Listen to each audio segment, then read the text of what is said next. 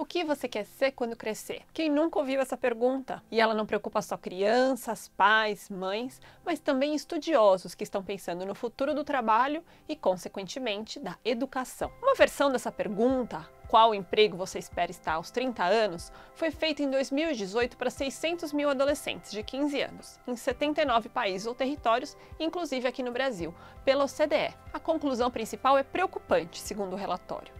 É que parte considerável dos jovens está limitando as suas aspirações profissionais a poucas carreiras.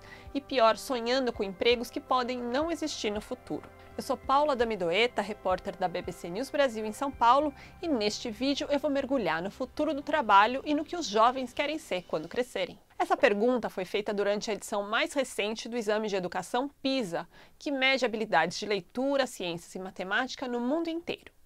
Preste atenção aos destaques. 47% dos meninos e 53% das meninas sonham com um número cada vez mais restrito e concentrado de carreiras. E o resultado mudou muito pouco em relação à última pesquisa sobre o tema, feita durante o PISA de 2000. E quais são essas carreiras? Entre os meninos, as 10 ocupações dos sonhos mais citadas foram nesta ordem: engenheiro, administrador de empresas, médico, profissional de TI, atleta, professor, policial, mecânico de veículos, advogado e arquiteto. Entre as meninas, as ocupações mais citadas foram médica, professora, administradora de empresas, advogada, enfermeira ou parteira, psicóloga, designer, veterinária, policial e arquiteta. A OCDE não divulgou uma relação de respostas por cada país, então não sabemos exatamente quais foram as respostas dos 11 mil jovens brasileiros que participaram do PISA. Mas o relatório diz que o Brasil é um dos países em que os sonhos dos jovens estão mais concentrados nas carreiras que eu acabei de citar.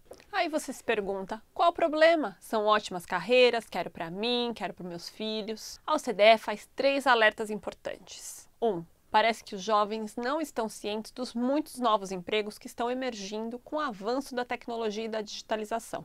Por exemplo, cientista de dados, um especialista em tecnologia hospitalar, um engenheiro robótico, um técnico em saúde mental e em comportamento humano, ou um desenvolvedor de inovações ambientais e agrícolas. A maioria ainda sonha com as carreiras que a OCDE chama de típicas do século XIX e XX. Segundo a entidade, a maioria das carreiras promissoras que devem bombar no futuro simplesmente não estão no radar dos jovens atuais. O Andreas Schleichler, que é especialista em educação da OCDE, cita um caso específico dos Estados Unidos. Lá, a carreira de especialista em suporte de usuários de informática está em ascensão. Tem risco relativamente baixo de automação nos próximos anos, pode ser ocupada por jovens profissionais que tenham formação técnica de 2 anos e tem salário mensal médio de mais de $4 mil. Só que numa pesquisa de preferências dos estudantes americanos, ela apareceu no número 229 entre as carreiras mais citadas. Você prestou atenção? A carreira não exige longos anos de estudo e tem um salário de $4 mil por mês, o que é bom até para o padrão americano. E quase ninguém pensa nela. O segundo alerta: questões de gênero ou classe social impactam muito nos sonhos que os garotos e garotas têm para suas vidas profissionais. As meninas, por exemplo, sonham muito menos com carreiras na ciência, na engenharia e na matemática do que os meninos. E muitos jovens de baixa renda, mesmo aqueles que tiveram um bom desempenho no PISA, têm uma expectativa muito menos ambiciosa para o seu próprio futuro. Sonham menos em cursar a universidade ou em ocupar cargos mais altos, em comparação com jovens de renda mais alta. E o terceiro alerta talvez seja o mais crucial. Mais de 1/3 dos trabalhos citados pelos entrevistados do PISA corre o risco de ser automatizado nos próximos 5 ou 10 anos. Ou seja, pode ser que um robô ou um computador passe a realizar esse trabalho no lugar de uma pessoa e, puf, esse emprego desaparece ou muda drasticamente. Mas quais são esses trabalhos sob maior risco? Esse é um tema que tem sido muito estudado. O relatório Futuro do Emprego, do Fórum Econômico Mundial, lista algumas das funções que podem ser em breve, ao menos parcialmente, substituídas por robôs, drones ou algoritmos. Por exemplo, contadores, advogados, mecânicos, motoristas de veículos, trabalhadores de fábricas, gerentes administrativos, caixas de loja, auditores e bancários. Um drone passa a fazer a entrega, um programa pode cuidar da contabilidade e a inteligência artificial pode dar uma assessoria jurídica. Não é que a gente vai deixar de precisar de motoristas, contadores e advogados, por exemplo, mas é provável que haja um espaço para um número menor deles. Isso, é claro, varia muito muito de país para país. O Brasil, país em desenvolvimento com uma força de trabalho menos qualificada, está sob risco ainda maior. Um levantamento feito no ano passado, antes mesmo da pandemia, pela consultoria iDados, calculou que 52 milhões de empregos no Brasil podem ser substituídos por máquinas daqui a 10 ou 20 anos. Isso equivale a mais ou menos a metade dos empregos formais no Brasil. Motoristas, cobradores e balconistas figuravam no topo da lista de postos ameaçados de extinção.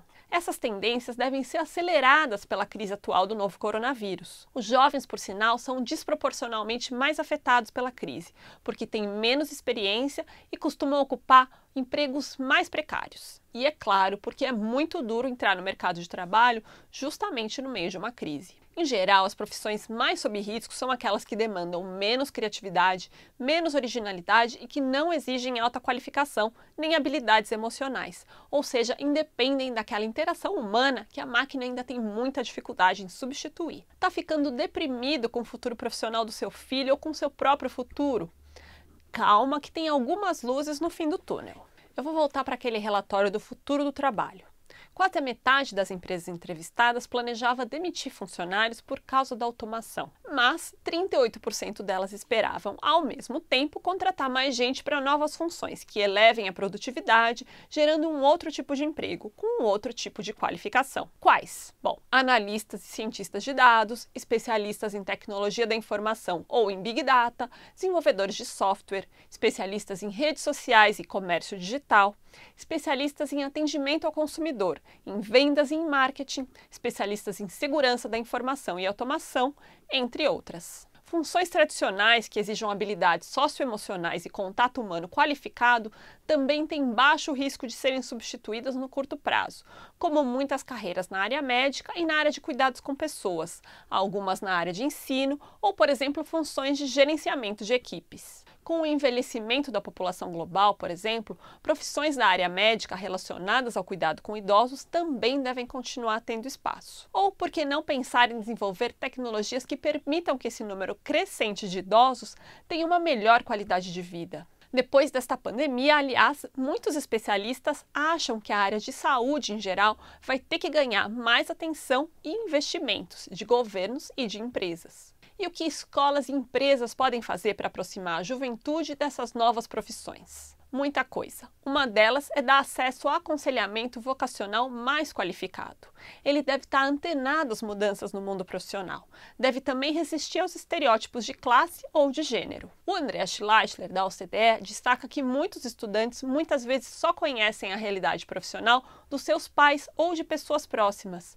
Como que eles vão sonhar em ser programadores de informática, por exemplo, se não têm ideia de como é que é esse trabalho? Portanto, é importante que esses jovens tenham acesso também a, lógico, depois da pandemia, visitas a empresas, a feiras profissionais, a conversas e palestras com profissionais do mercado de trabalho que possam contar como é que é o dia a dia, quais as qualificações necessárias para chegar lá e como o conhecimento deles é usado na prática. Você quer saber mais sobre alguma profissão? Escreve aqui que a gente vai tentar te ajudar. Eu queria saber outra coisa. O que você quer ser quando crescer? Ou se já cresceu, acha que a sua escolha foi certa? Um outro tema é que nunca é tarde para mudar de profissão, mas isso eu vou deixar para um outro vídeo. Para concluir, uma mensagem da OCDE. Agora, em plena crise, é o momento mais importante para investir nos jovens, com qualificação, mentoria, treinamento, aconselhamento, oportunidades, que é para a gente não desperdiçar a energia, a criatividade e o talento deles quando a situação econômica melhorar. Espero que as informações tenham sido úteis. Segue a BBC News Brasil no YouTube, no Facebook e no Instagram para não perder os próximos vídeos. Até mais!